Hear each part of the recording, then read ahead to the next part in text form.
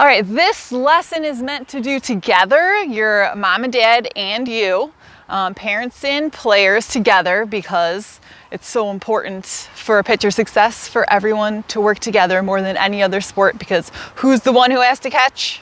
As I said before, the mom and dad. All right, so let's all just get up and we'll do all this stuff together. We'll usually do the takeaway first, but we're gonna skip that and start with the next thing. So after you do a wind up, we do a thing that I call a plug. Your arms come up together and your glove side foot comes up together at the same time, and you look like a plug, like sticking a 3-prong plug into an outlet. They have to come up together. So you'll stand like this, they come up together, okay? So this would be incorrect. See what's wrong there? What's wrong? Oh yeah, I forgot my glove arm. All right, what's wrong with this? Yep, it's only one in the socket. This one's all the way back here. So you have to turn so you're straight. What's wrong with this one? What's wrong with this? It was my leg didn't come out at the same time. Your leg has to come out at the same time. And this one, my arms went and my leg went. So those are the 3 things to look out for. Go ahead and try to do it and throw a few to each other. Go ahead in the backyard, both of you do it together, parents and kids. All right, go like this and just toss it to each other, lean in back. Plug, lean back, toss it back and forth. Note, moms and dads, your young players copy you. So if you have bad form and are throwing it to them with bad form, they will accidentally look like you. So go ahead and you try to do it too. The next one is the most important fundamental. What is this thing called? Does anyone know? Your arm circle. Okay, I gave you half of it. If this is long and loose and straight, your ball has a way better chance of going straight. So this is what a straight arm circle looks like. This is an incorrect circle. This is also straight. Look how you can see the ball the whole time. This is very important. Catchers can see the ball. This is incorrect. Okay, this is what most young girls do because they're so flexible. It's hard for me to do it now because I'm super inflexible, okay? So I'll be training you to learn how to keep it online, okay? The one thing I'm gonna teach you that you can do right now about arm circle is your follow through. So when you pitch, who knows, after you release it, what does your arm do? For softball pitching, it comes out, we'll say I threw it, it comes out, you punch your shoulder and your elbow goes out to the catcher, out to the catcher. This is not the catcher, okay? This is also gonna hurt you. A lot of girls do this and they're like, trying to snap it hard. Okay, you need to relax, it helps your bicep if you relax like a little noodle and go. So when you throw overhand like a baseball pitcher, does he go like this? Like, well, no, he goes like this and the ball's gone and then keeps going. I just lost the ball. So that's what you gotta do. All right, so you're gonna practice tossing it back and forth. This is the only time you get to go slow when we're just doing this clinic. So you're gonna toss it back and forth to each other, releasing like this. It's gonna go high for a while, it's okay. Go with it. Fundamental number 3 is what I call a banana. No other pitching coaches that call it banana, or nobody else, so everyone will be confused if you say that, but we just call it this. I don't know, my uncle who taught us made this up. So you go like this. After you pitch, you got your arm circle going. What do you do with your back leg at this point? You drag it forward. Okay, what shape is that on the ground here? Can you see? It's a little banana, so it's telling you to drive your back leg to the target. What does this do for your hips? Look at my hips. They're open. By the way, this is the terminology. Closed hips like a door, like you're a door. And then your open door. And then you're dragging your toe. Closed door. Linear to rotational. When you hit linear to rotational, don't criticize my form. I didn't get to hit in college. Okay, pitching, linear, rotational. Okay, and this does 3 things. Why do we turn our hips? Do we teach turn your hips, use your hips and we close all the way, as opposed to going like this? Figure 4, that's what people call it.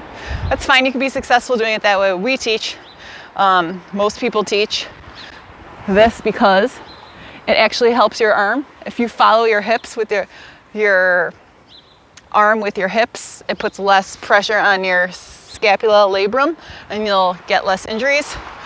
Way less, okay? Secondly, what other motions do you use your hips with? Up, hitting, you do. Overhand, up. I turn my hips in my overhand throw. I don't know, sports, golf, I play golf. I don't know, pretty much any other sport you rotate. So we gotta rotate and use our abs when we pitch.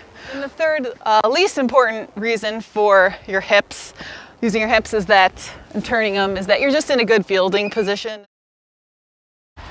Fundamental number 4 is stride. Stride is after your takeaway, you do a bounce. It's what your left foot does. It's a fancy pitcher word for step. Step. It has to do 4 things. I'm going to run through them so you can pause, but you can rewind it. It has to be straight to the target. Okay, this is specifically where it needs to be. You draw a line, or you can paint one or whatever. Tape one if you're in a gym. This is called a power line. It's an imaginary line between your right foot or the middle of the mound and home plate. And when you stride, you pitch, your toe needs to touch the power line, not your entire foot, because what really needs to be on the power line? Your arm, right? So if you do those balance beam exercises, if you see those down the line, a lot of people separate on it, and then I think that makes you over rotate, whatever, getting detailed here. Okay, all right, so your toe should just touch there. So a lot of people step up, all over the place. So one way to do this, to test how you're striding, is you pitch it, and then your mom or dad has to hold the ball and give you a chance to look down and see where you did it. Okay, so you got to be a team on this, because a lot of times kids stop looking because they're afraid someone's going to throw the ball at them, So, that's one way to do it. Okay, the next thing is you need to land flexed but firm. Okay, remember what I said about leaning back. Okay, this is what makes you lean back. Look at my leg. Front leg is flexed but firm, meaning it's flexed and it lands flexed and it stays exactly like this. Okay, it doesn't land like this. Okay, and it's not locked out because then you'll hurt yourself. So you have front leg, banana leg. This even looks like a banana. Okay, so you're pitching. What happens if you land too flexed? Am I leaning forward or backward? Oh, forward, right. Right, too firm, you'll just hurt yourself. This is unlikely, people don't really do this. This is the big one. All right, the other thing is you want to land athletically on the ball of your foot. Everyone point to where the ball of your foot is. Right there. Point to your heel. Right there. Okay, do not lean on your heel, you land on your toe. So this is what ball of your foot looks like. Look at my ball. Okay, this is what heel looks like. Okay, everyone go like this. Lean on the ball of your feet. Pitching is like jumping. Okay, everyone walk. What hits the ground first? Is it your heel? It is. Do you want to pitch as slow as you walk? No, you pitch like you're jumping and running, right? You even see sprinters, runners, they don't hit their heel on the ground first. The sprinters, the heel doesn't hit the ground. Now, I just made that up. I'm pretty sure that's true. You have to look that up. Okay, and then we're gonna do stride. Okay, the last thing for stride is the angle at which your foot lands. Okay, you pitch and look at my foot. It is at a 45-degree angle. What this does is it tells your hips what to do. See how my hips are like pretty open? They're not totally open. This is the wrong angle, totally open. And they're not totally straight, closed. Because if you were to go totally straight, look at you pitch, right? And your flexibility doesn't allow the circle to stay straight. So depending on your flexibility, you have to open, okay? And also, if you land too straight, well, I don't get to move my hips at all. Right, so you got to go open a little bit in an efficient way. All right, so you got those 4 things for stride. Alignment, land on the ball of your foot, the angle, flex but firm. Good luck.